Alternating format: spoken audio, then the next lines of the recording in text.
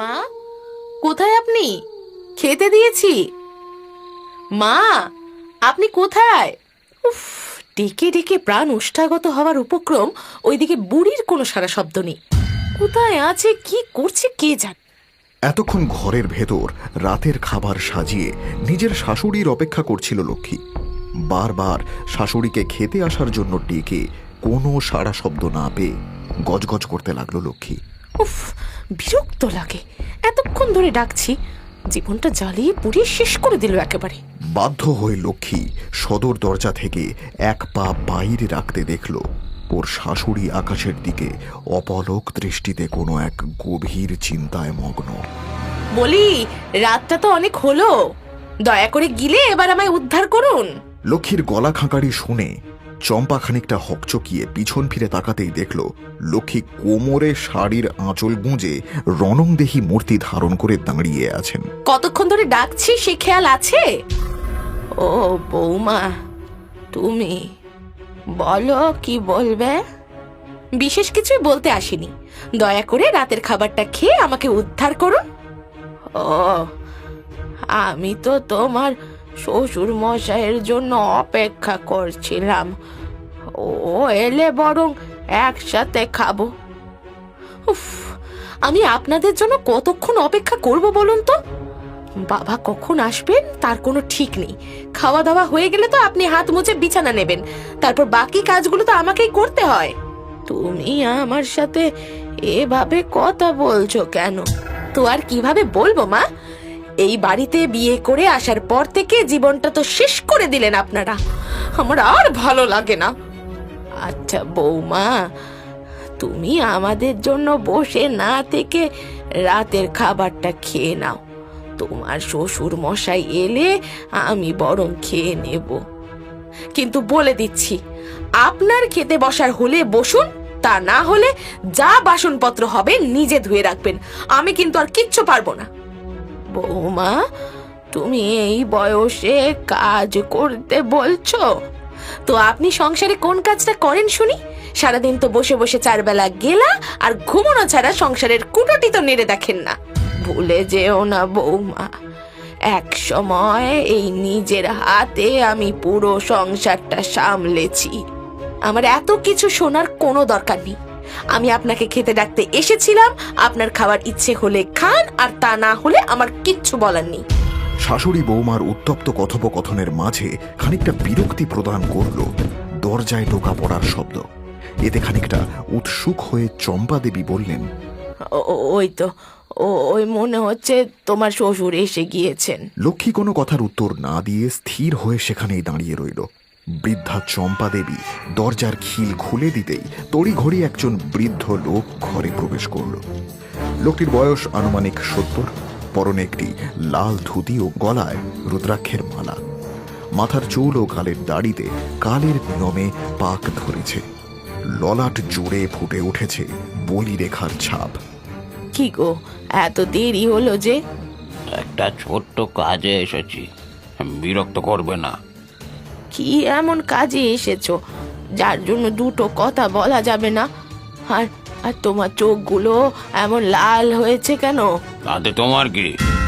আমার চোখ আমি ঠিক বুঝে নেব, সে নিয়ে তোমাকে এত মাথা ঘামাতে হবে না। 3 কাল গিয়ে 1 কালে ঠেকেছে।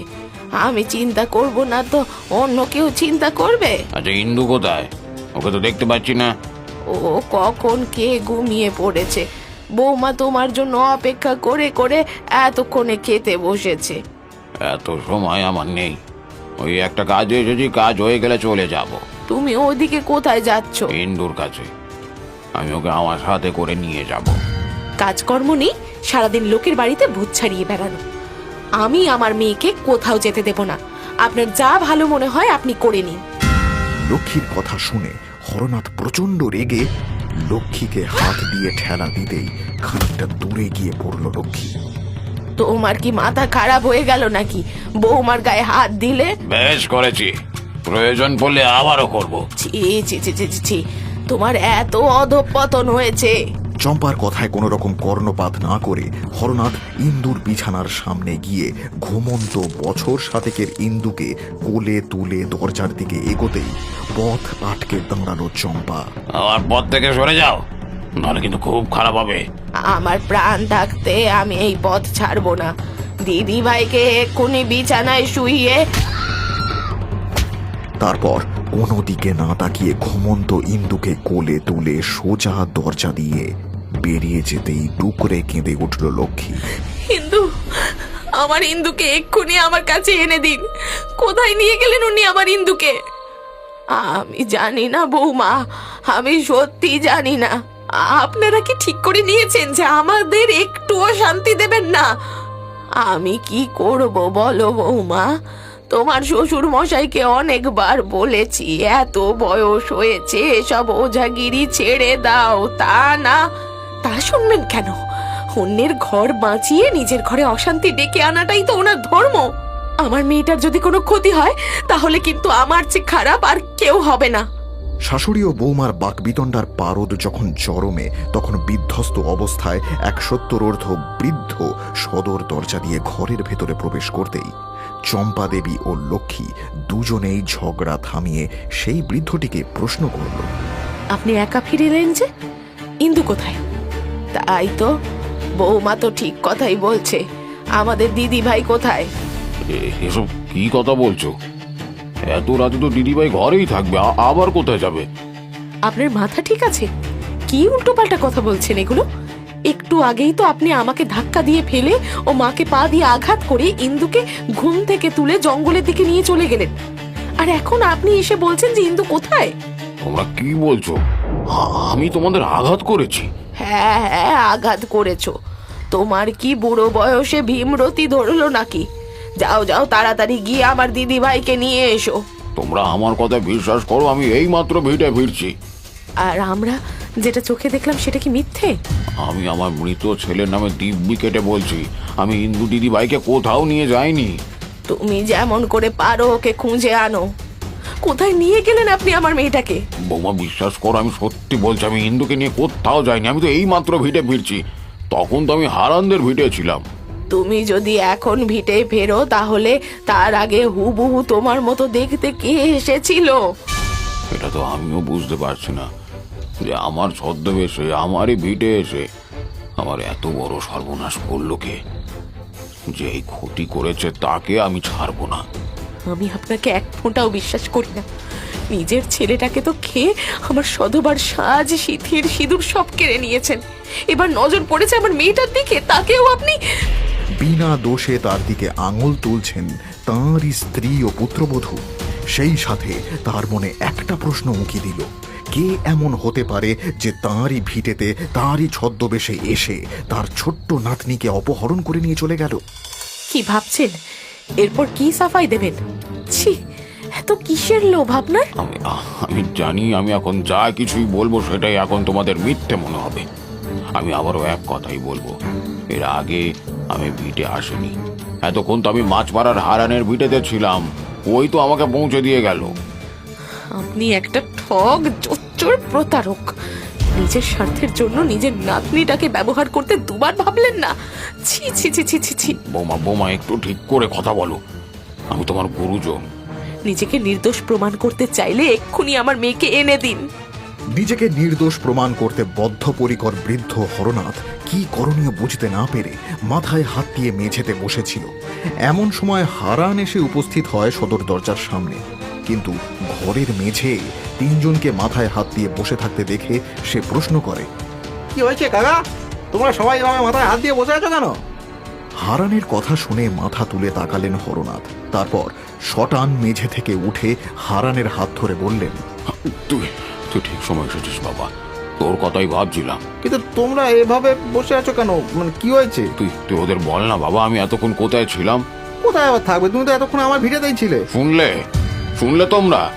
কিন্তু ঘটনাটা কি হয়েছে আমাকে একটু খুলে বলো না। আর চুপ করে থাকতে না পেরে অশ্রু সিক্ত কণ্ঠে লক্ষ্মী সমস্ত ঘটনা হারানকে বিস্তারিত বর্ণনা করার পর সবটা শুনে হারান বলল, ব্যাপারখানা গন্ডগোলে লাগছে। আচ্ছা কাকা, আমি এরা কথা জিজ্ঞেস করতে পারি? বল কি বলবি?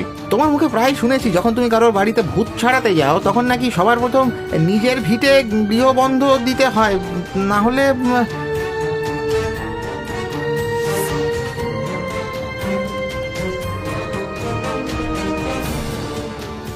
আর বিন্দু মাত্র সময় অপচয় না করে হরনাথ হারানকে বলল, যা হওয়ার হয়ে গিয়েছে, আর সময় নেই হারান।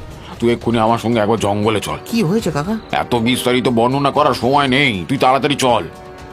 আমিও যাব আপনাদের সাথে। বৌমা বৌমা, এত রাতে তোমার জঙ্গলে যাওয়াটা মোটেও উচিত হবে না। আমার মেয়েকে খুঁজতে আমি যাব না তো অন্য কেউ যাবে? হরনাথ আর তর্ক না করে লক্ষ্মী আর হারানকে সাথে করে জঙ্গলের পথে রওনা দিলেন। রাত তখন বেশ গভীর, চারদিকে বিরাজ করছে এক অদ্ভুত নিস্তব্ধতা, কিন্তু মাঝে মধ্যেই সেই নিস্তব্ধতা ভঙ্গ করে ভেসে আসছে হিংস্র জীবজন্তুদের হাঁকডাক। হাতে একটা লণ্ঠন নিয়ে আগে পথ দেখিয়ে এগিয়ে যাচ্ছেন বৃদ্ধ হরনাথ, ও তাকে অনুসরণ করে পিছনে পিছনে আসছে হারান ও লক্ষ্মী। ইন্দু ইন্দু ইন্দু কোথায়, তুই কোথায় মা? দিদিভাই, কোথায় তুমি? দিদিভাই, ইন্দু, এতক্ষণ হয়ে গেল হাঁটছি, কোথাও তো কোনো সারা শব্দ পেলাম না। আমার মেয়েটা যে কোথায় গেল, কে নিয়ে গেল কে জানে। বৌঠান, ঈশ্বর আছেন, উনি এত নিষ্ঠুর হবেন না। আপনি একটু ভরসা রাখুন, ইন্দুর কিচ্ছু হবে না, আমরা ওকে ঠিক উদ্ধার করব। তাই যেন হয় ঠাকুরপো, তাই যেন হয়। এই জীবনে মেয়েটা ছাড়া আমার সবকিছু শূন্য। ও চলে যাওয়ার পর আমি মেয়েটাকে আঁকড়েই তো বেঁচেছিলাম। ওর যদি একটা ভালো মন্দ কিছু হয়ে যায় আমি বাঁচতে পারবো না। লক্ষ্মীর বলা কথাগুলো যেন সত্যর অর্থ হরনাথের হৃদয়ে তীরের মতন বিঁধল। তবুও মুখে কিছু না বলে সে এগিয়ে যেতে লাগলো সামনে।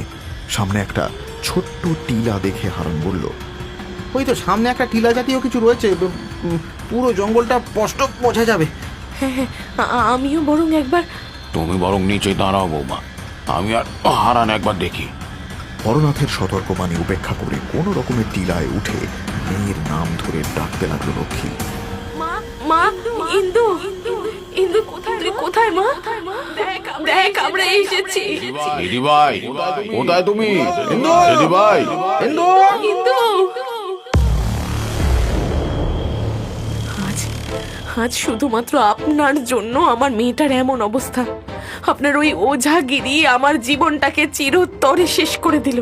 প্রথমে নিজের ছেলেটাকে খেয়েছেন, আর এখন নজর পড়েছে আমার মেয়ের দিকে। তারপর আমাকেও খেয়ে নিন। দুই বুড়ো বুড়িতে মিলিয়ে মহা আনন্দে রাজত্ব করুন। তুমি পরিস্থিতির শিকার বৌমা, তোমার কোনো দোষ নেই। আমি জানি না, আপনি যেমন করে পারুন আমার মেয়েকে এনে দিন। তুমি আমায় ভুল বুঝো না বৌমা, আমি খুব ভালো করে বুঝতে পারছি আমাদের নাতনি ঘোর বিপদে আছে। তাহলে কি করবো এখন? তোরা ফিরে যা, আমি আগে যাচ্ছি। দাদা, তা হয় নাকি? গভীর জঙ্গলে আমরা তোমাকে একা ছেড়ে যাব না। ঠিক আছে, তাহলে তোরাও আয়, কিন্তু খুব সাবধানে।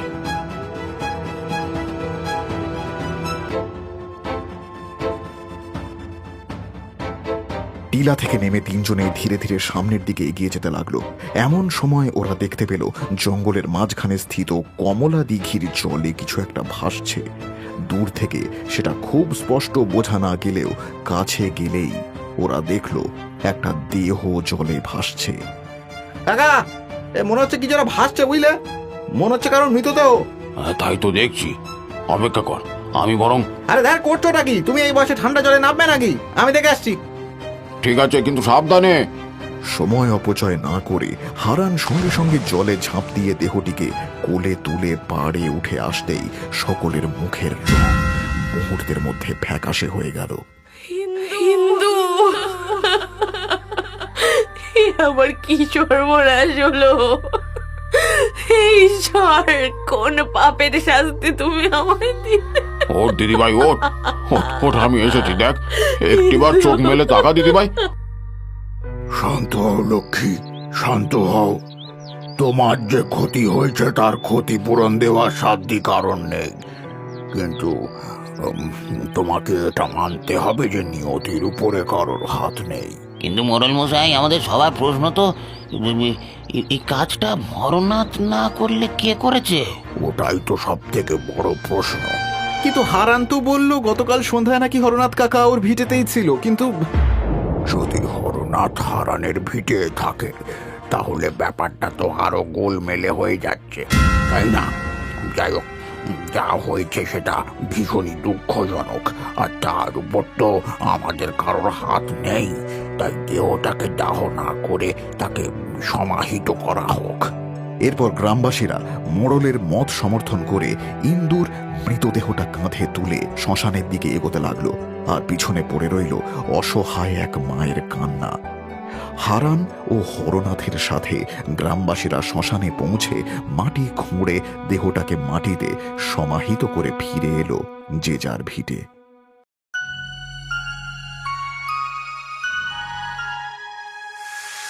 হরনাথকে মনমরা হয়ে বসে থাকতে দেখে হারান বলল, ও কাকা, এটা আর অলৌকিক ছাড়া অন্য কিছু বলে মনে হচ্ছে না, বুঝলে? ওরকমভাবে কেউ ছদ্মবেশ ধরে এসে তোমার নাতনিকে জঙ্গলে নিয়ে গিয়ে মেরে ফেলবে, এটা না মোটেও স্বাভাবিক ঘটনা নয়। ঠিক বলেছিস হারান, সেদিন থেকে একই চিন্তা আমারও মাথায় ঘুরপাক খাচ্ছে। আর যেই কাজটা করেছে সে তোমার সম্পর্কে সব জানে, বুঝলে? আমাকে একটা কথা বলো তো, কেউ কিভাবে তোমার ছদ্মবেশে আমাদের ভিটে আসতে পারে? না আর কিছু নেই, তবে এই কাজ কোনো সাধারণ মানুষের নয়। সাধারণ মানুষের নয় তো আর কার? এই কাজ কোনো শক্তিশালী প্রেতাত্মার। আমি ঠিক বুঝলাম না। তাহলে শোনো, সেদিন যখন হারান আমায় বাড়ি ডাকতে এসে বলল ওর মেয়েকে নাকি ভূতে পেয়েছে, কেমন একটা অদ্ভুত আচরণ করছে, এসব শুনে আমি তড়িঘড়ি ওর সাথে বেরিয়ে যাই। কিরে, ওটা রাখতে গিয়েছিলে বুঝি? কিন্তু ও যা আমার কিছু করতে পারবে না, কিছু না। মালতী, মালতী, এই মুখ পোড়া, তুই আবার চলে এসেছিস? যা, চলে যা, চলে যা এখান থেকে, না হলে তোর বংশে বাতি দেওয়ার কেউ থাকবে না। কে তুই? বল বল, কেন এসেছিস এখানে? আমি কালাশোক, চিনতে পারছিস আমায়? তোকে আবার চিনতে পারবো না। যাই হোক, এই মেয়েটার শরীরটা এখনই ছেড়ে দে, না হলে কিন্তু ফল খুব খারাপ হবে। ছাড়বো না তো কি করবি রে অটকুড়ের বেটা? আমি তোর অনেক বেশি শক্তিশালী, এই মন্ত্র আমার উপরে কোনো প্রভাবই ফেলবে না। কে বেশি শক্তিশালী সেটা তো সময় বলবে কালাশোক। এবার তোকে মজা দেখাচ্ছি। সর্ষে পোড়া গায়ে দিলে কত ধানে কত চাল।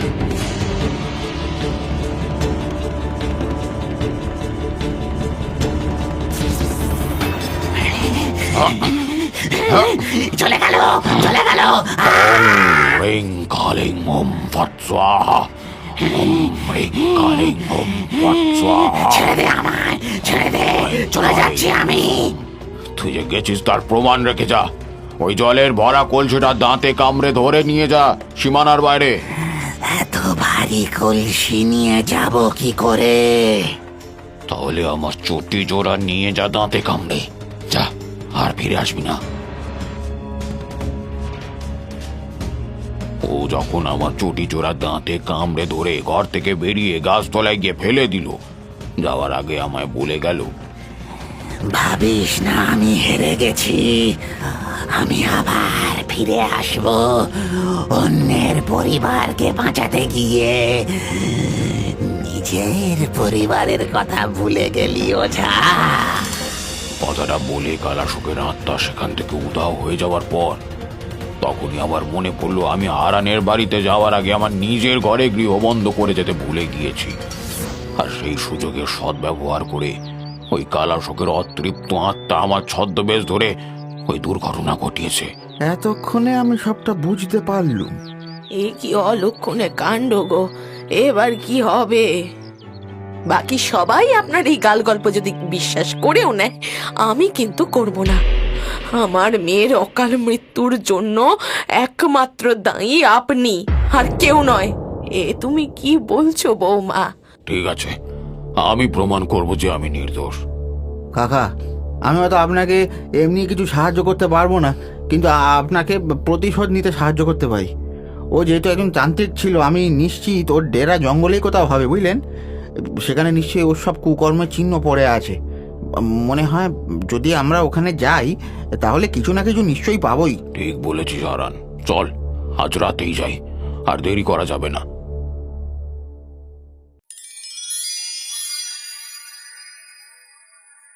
দুজনে লণ্ঠন হাতে গভীর জঙ্গলের পথে রওনা দেয়। অনেকক্ষণ হাঁটার পর একটা পুরনো ভাঙা মন্দিরের মতন জায়গায় পৌঁছায়। চারদিকে বিরাজ করছে এক অদ্ভুত নিস্তব্ধতা। কাকা কাকা, ওই কালা শোকতান্ত্রিক কিভাবে মারা গেছে তা যদি জানা যায় তাহলে অনেকটা সমস্যার সমাধান হয়ে যাবে। লোকে আমাকে শুধু ওঝা হিসেবে চেনে, কিন্তু আমি আমার বাবার কাছ থেকে তন্ত্রবিদ্যার অনেক কিছু শিখেছি। কালাশোক ছিল একজন তান্ত্রিক, কিন্তু তার স্বভাবের দিক থেকে সে ছিল অত্যন্ত লম্পট।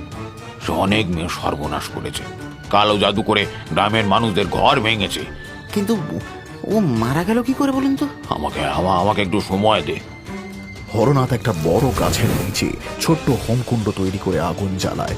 কয়েকটা মন্ত্র পড়ে চোখ বন্ধ করে ধ্যানে বসে। বেশ কিছুক্ষণ ধ্যান করার পর সে চোখ খুলে সমস্ত ঘটনা বিস্তারিত বর্ণনা করে হারানের কাছে। সারা জীবন নিজের যৌবন ধরে রাখার জন্য এক অপদেবী সাধনা করত। সেই সাধনায় জোড়া নরবলির দরকার ছিল।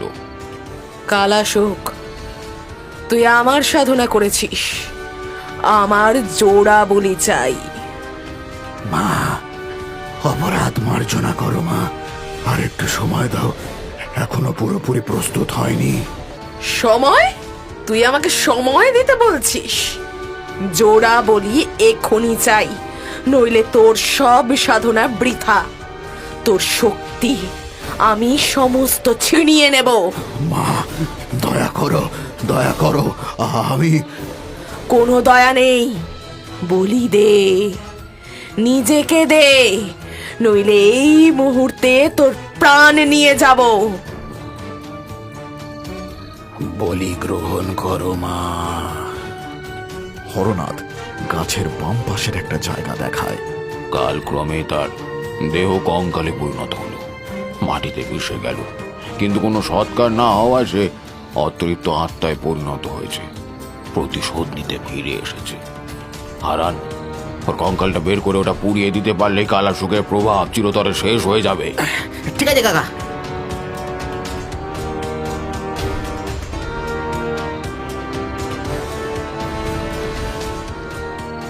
আগুনের লেলিহান শিখায় কালাশোকের হাড়গোড় ছাই হয়ে যাওয়ার সাথে সাথেই যেন কালাশোকের অশুভ ছায়া গ্রাম থেকে চিরতরে বিদায় নিল। পূব আকাশে আজ আবার নতুন সূর্য উঠল। পৃথিবীর শূন্য কোল আর পূর্ণ হল না। হরনাথ প্রমাণ করলেন তিনি নির্দোষ, কিন্তু সেই সত্য প্রতিষ্ঠার মূল্য দিতে হল আদরের নাতনি ইন্দুর প্রাণ দিয়ে। এক বুক দীর্ঘশ্বাস সঙ্গী করে বেঁচে রইল 3টি প্রাণ।